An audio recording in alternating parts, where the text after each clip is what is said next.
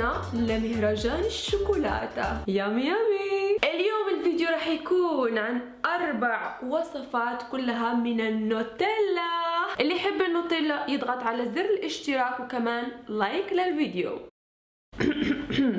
الوصفات اللي سويتها بهذا الفيديو طعمها رهيب وكتير سهلة وأي واحد ممكن يسويها بالبيت، فإذا طبقتوا هالوصفات بليز اكتبوا لي كومنت تحت ويلا نبلش. أول وصفة رح نحتاج لحليب، قشدة طرية، نوتيلا. رح أحط الحليب الأول، بعدين رح أضيف 3 ملاعق من القشدة الطرية، 3 ملاعق من النوتيلا.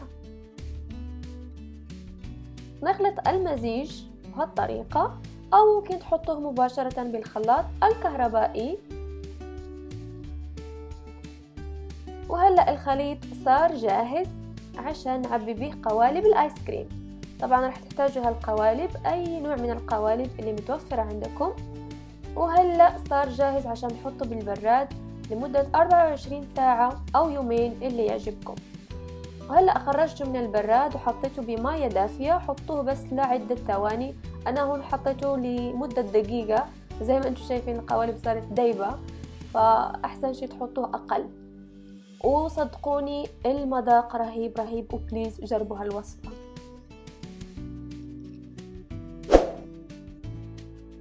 الوصفة الثانية رح نحتاج ل4 موزات نوتيلا. رح أقطع الموز إلى قطع صغيرة زي ما انتم شايفين، وبعدين رح أحطه بكيس بلاستيكي وأجمده بالبراد لمدة ليلة كاملة أو 3 ساعات على الأقل. وبعدين رح أحطه بالخلاط الكهربائي وراح أضيف عليه 3 ملاعق من النوتيلا. بعدين رح أخلط المزيج وراح يعطيني آيس كريم، بنانا آيس كريم. وبعدين رح أحط الخليط بالكيس البلاستيكي عشان بس يعني أقدمه بطريقة حلوة. فالمهم أنا حاولت، بس ما بعرف الشكل إذا طلع حلو ولا لا، بس طعمها رهيب رهيب كتير. وهي يعني الوصفة من بين الوصفات المفضلين عندي، جربوها. وممكن طبعا تستخدموا أي فاكهة تانية. راح نحتاج 400 جرام من الشوكولاتة البيضاء، نوتيلا، وقالب للسيليكون. أول شي راح أدوب الشوكولاتة البيضاء، راح أحط طبقة من الشوكولاتة على قالب السيليكون بهالطريقة. وبعدين راح أسوي هالحركة العجيبة، أنا صراحة شفتها في بنترست وقلت ليش لا ما أجربها. المهم بعدين راح أشيل البقايا بالسكينة زي ما انتم شايفين، وراح أخليها ترتاح لمدة نص ساعة بالبراد. وبعدين راح أخذ النوتيلا وأحطها بكيس بلاستيكي بهالطريقة، وراح أحط طبقة أو شوي بس من النوتيلا بقالب السيليكون، وراح أرجع أعبيها بالشوكولاتة البيضاء زي ما انتم شايفين بهالطريقة. وبعدين راح أحاول إنه أغطي كل القالب. وهلأ راح أحاول أنظف البقايا بالسكينة، وراح أخليها تجمد لمدة ساعة أو ساعتين بالبراد. وهذه هي النتيجة النهائية. شوفوا القوالب قديش حلوين، أو ماي جاد.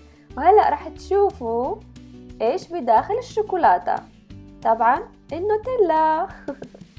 صراحة جربوها، كتير سهلة، ما بتاخد وقت أبدا، وطعمها رهيب رهيب، لذيذة.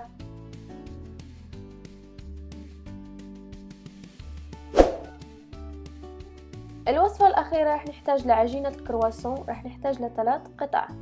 أول قطعة رح أسوي هالحركة ورح أدلكها بهالطريقة. وبعدين رح أخذ صحن ورح أحدد حجم الوصفة أو حجم العجينة. بعدين رح أحط ملعقة من النوتيلا. وهلأ رح أحط القطعة الثانية من العجينة ورح أحط عليها ملعقة ثانية من النوتيلا. وبعدين آخر قطعة زي ما انتم شايفين، وراح أحط عليها الصحن عشان أحدد حجم العجينة. وراح نشيل بقايا العجينة، وبعدين راح أحط يعني أسوي فيها دائرة صغيرة بكاسة، أي كاسة متوفرة عندكم. وهلأ صار الوقت أقطع العجينة إلى 4 قطع كبيرة زي ما انتم شايفين. وكل قطعة راح أقسمها إلى نصين، وبعدين راح أرجع أقسم القطع الصغيرة إلى نصين مرة تانية. وهلأ راح ألف هالقطعة بهالطريقة أرجع ألف القطعة الثانية بالجهة المعاكسة، فنفس الشيء لكل القطع. وبعدين راح أجمع القطعتين بهالطريقة زي ما انتم شايفين حتى يعطيني هذا الشكل الكتير حلو صراحة بيشهي. وهلأ راح أحطها بالفرن درجة الحرارة 200 درجة لمدة 15 دقيقة، بس طبعا لازم تشوفوا على حسب الفرن تبعكم. وهذه هي النتيجة النهائية، صراحة كتير حبيت وريحتها تجنن وطعمها رهيب رهيب. فبليز اكتبوا لي كومنت تحت أي من الوصفات عجبتكم أكتر. أشوفكم في الفيديو الجاي. باي.